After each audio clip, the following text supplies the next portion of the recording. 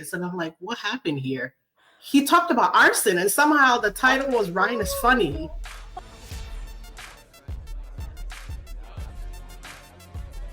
Hi and welcome to Blossom Talk. I'm Kersti Flo, and here on my channel I talk about my good and bad experiences in Hollywood and working as an entertainment reporter. So since this Blake Lively, Justin Baldoni drama started, more and more creators have popped up everywhere. On TikTok, on Instagram, on YouTube, on other social medias. There's a lot of stuff going on Reddit and on Substack, and people are having opinions everywhere. And I get so many tips from you guys, and a lot of you have sent me videos made by this guest today. Her name is Elsie.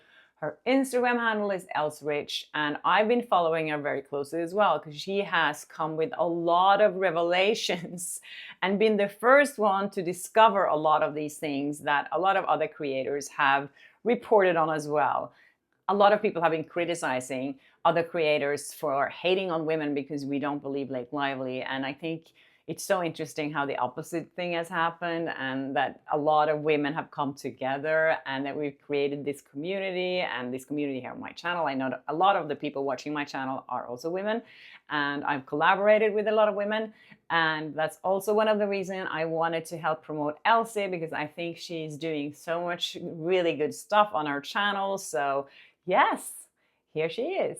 They don't come Elsie, the most amazing sleuth and researcher on Instagram. Thank you for being on Blossom Talk.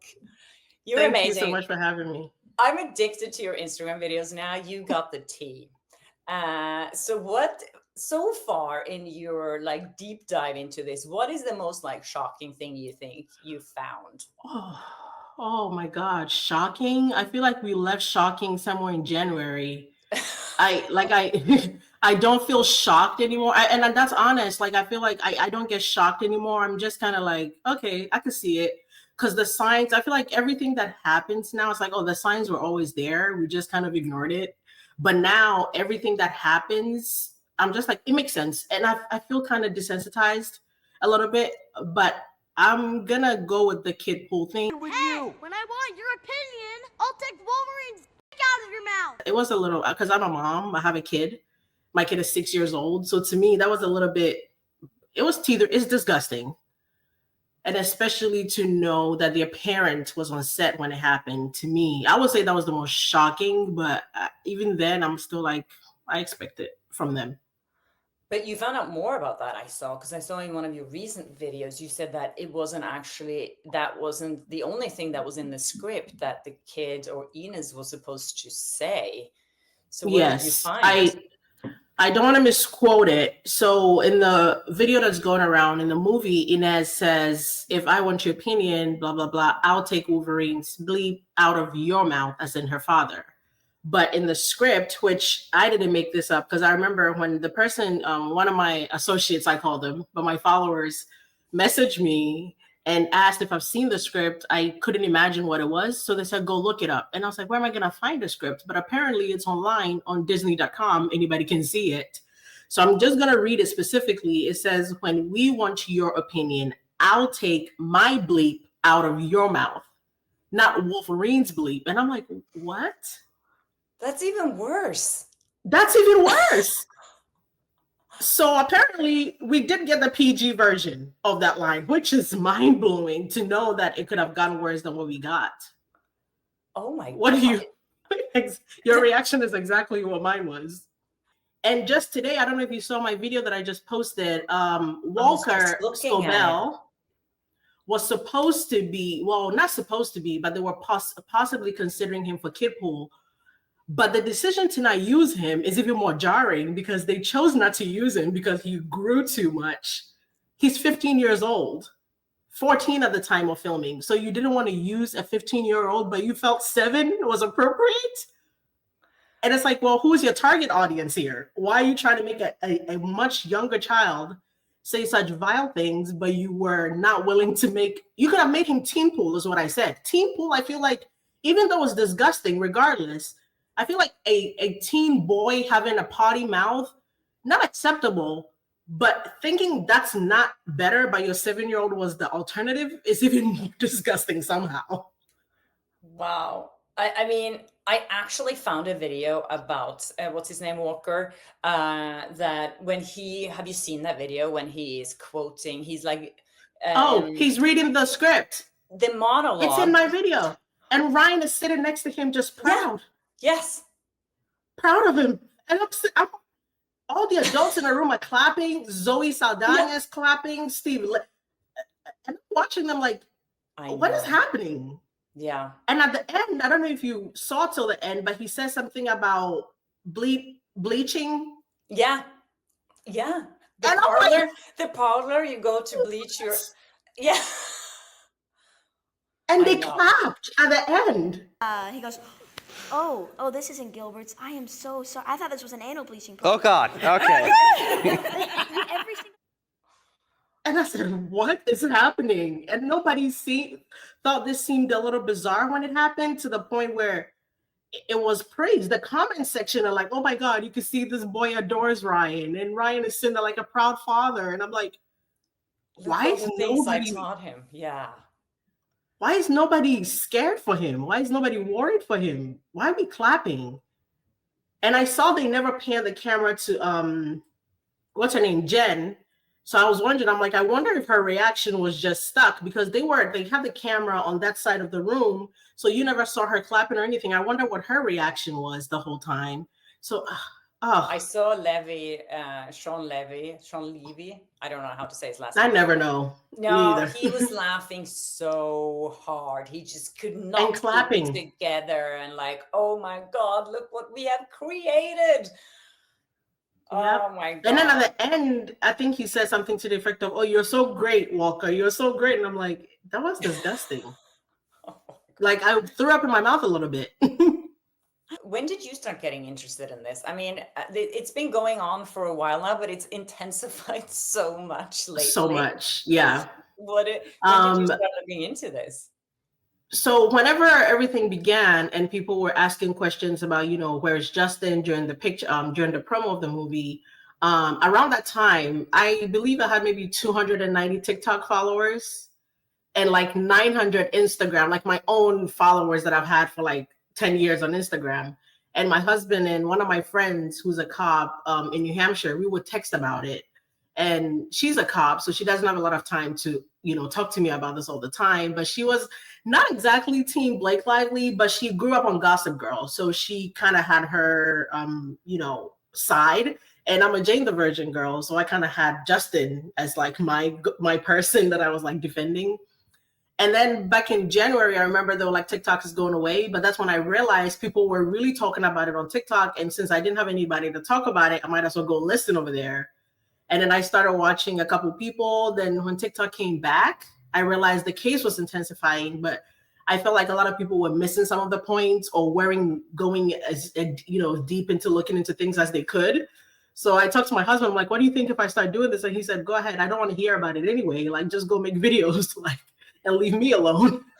And I turned my camera on one day. I think it was literally 10 minutes before I had to go pick up my son from school. And I was like, let me make this video really quickly. I did it, posted it. I barely edited it. I came back from pickup and I had like 700 views. And I was like, great, they like me. And so I'll say January, really, to a short answer to your question. I would say I got into it in January and now I have, I believe, 33,000 followers on TikTok, wow. 20,000 on Instagram. So at some point it took off.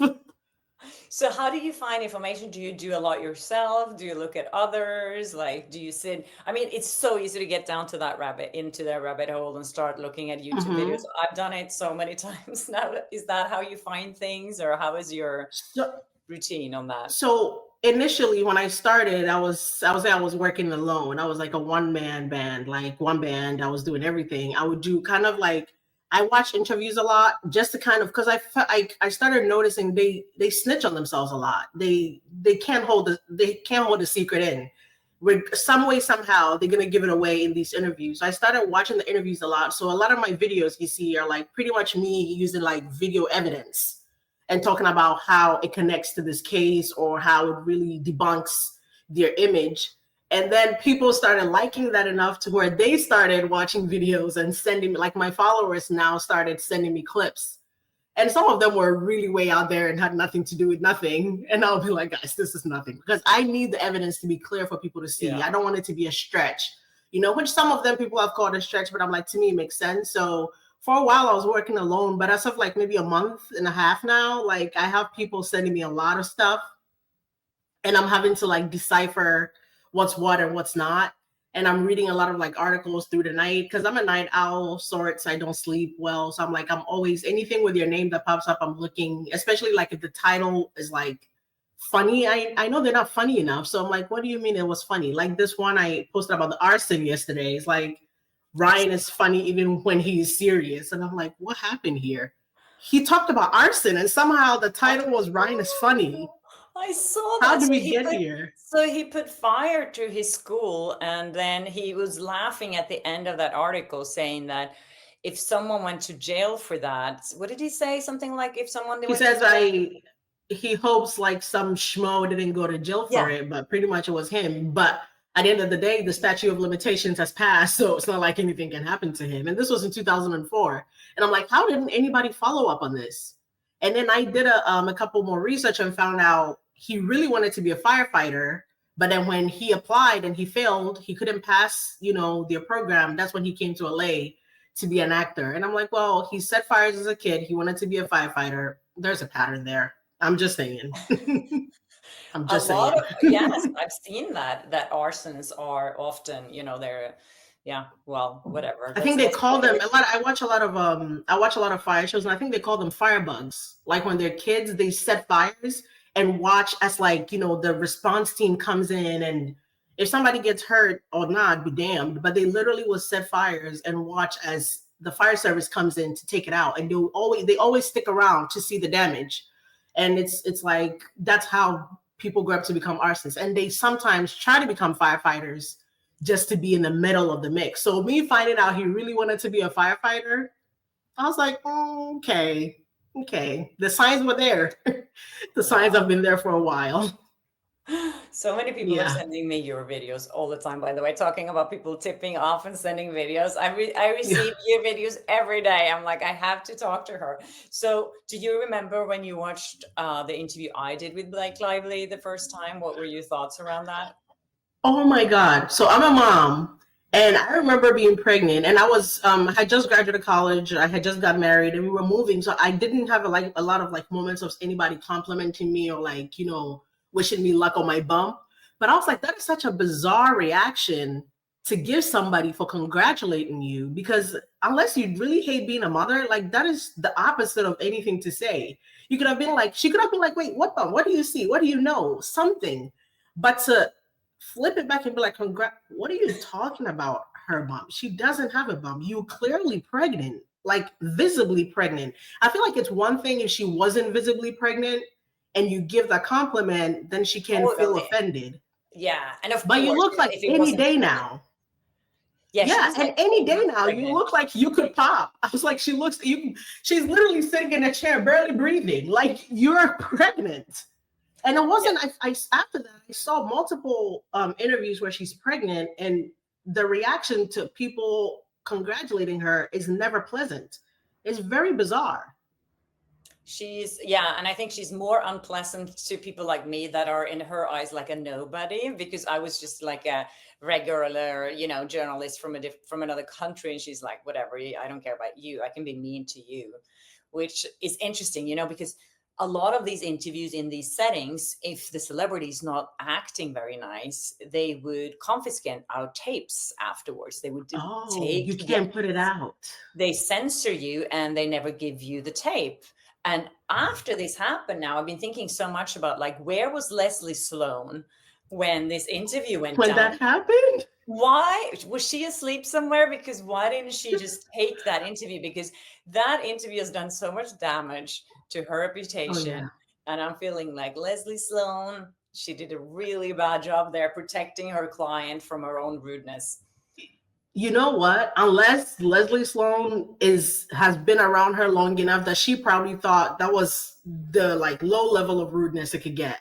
Yeah. The only reason they wouldn't have confiscated is they didn't even think it was rude. That's how demented they are. They were like, oh, that's not bad. That's all right. That is a good point. They thought this is just a regular Friday. No, she's just sitting there being rude. And I didn't find any other interviews, just one more interview from that press junkets. And you know, usually when they're doing promotion for movies, these interviews are everywhere from the same movie. And from that setting, and it was in New York, there were a lot of people there. And there's only one more interview that was released. So maybe I was the person that she was least rude to that day. Maybe you set her off. Yeah. You set her off, and for the rest of the day, everyone had a bad day with her. That's amazing. Thank you, Elsie. No, you guys don't record your own thing. I didn't know you don't have your own equipment recording. That's interesting. Yes, exactly. So they have control. You know, there are bigger outlets, like, for example, BBC. They told me, I was being interviewed there, and they told me that when they do interviews, they say, we only want to bring our own equipment, because then they can't do anything. You know, they own the content. But like for regular journalists, when you do these press junkets, they are there with the camera people recording things. And we used to get these little tapes with us that we picked up by the end of the day when we finished all the interviews. But now they send people links instead. And I had people telling me that they cut out parts of the interview in the link. So you don't know what you're getting till you get it. No, because if they don't like one of your questions, they'll just cut it out. Cut it out. Yeah. Oh, happy birthday also. I saw it was your birthday. So happy birthday. I hope you had a great one. Thank you so much, Elsie. It was so nice to talk to you. And everyone should follow her. She's got the tea. I'm reporting on stuff that you're putting out there all the time. I'm going to remember to give you enough credit because you really deserve it. And you're doing such a great job. So Elsrich TV on YouTube and Elsrich on Instagram and TikTok. And yes, follow her. Nice to see you. And yeah, I'm sure I'm going to get so many of your videos recommended. Of course. Thank you so much for having me. You've been great. I really appreciate it. Thank you so much to Elsie for being here on Flossom Talk. We also did a chat over on her YouTube channel, so I'm going to leave a link below if you're interested in watching that. She asked me a lot about my interview, some things that I've never told anyone before, someone never asked me before, so you should definitely check that out. Yeah, thanks again for watching, and if you haven't subscribed yet, please do, and hit the notification bell so you don't miss an episode of Flossom Talk, and keep sending me tips. Even if it's Elsrich videos or Elsie's videos, I do follow her too, so I see most of her videos, but you guys are so sweet to send me all this stuff. So thank you, thank you, thank you. And yeah, I'll see you in my next episode. Bye.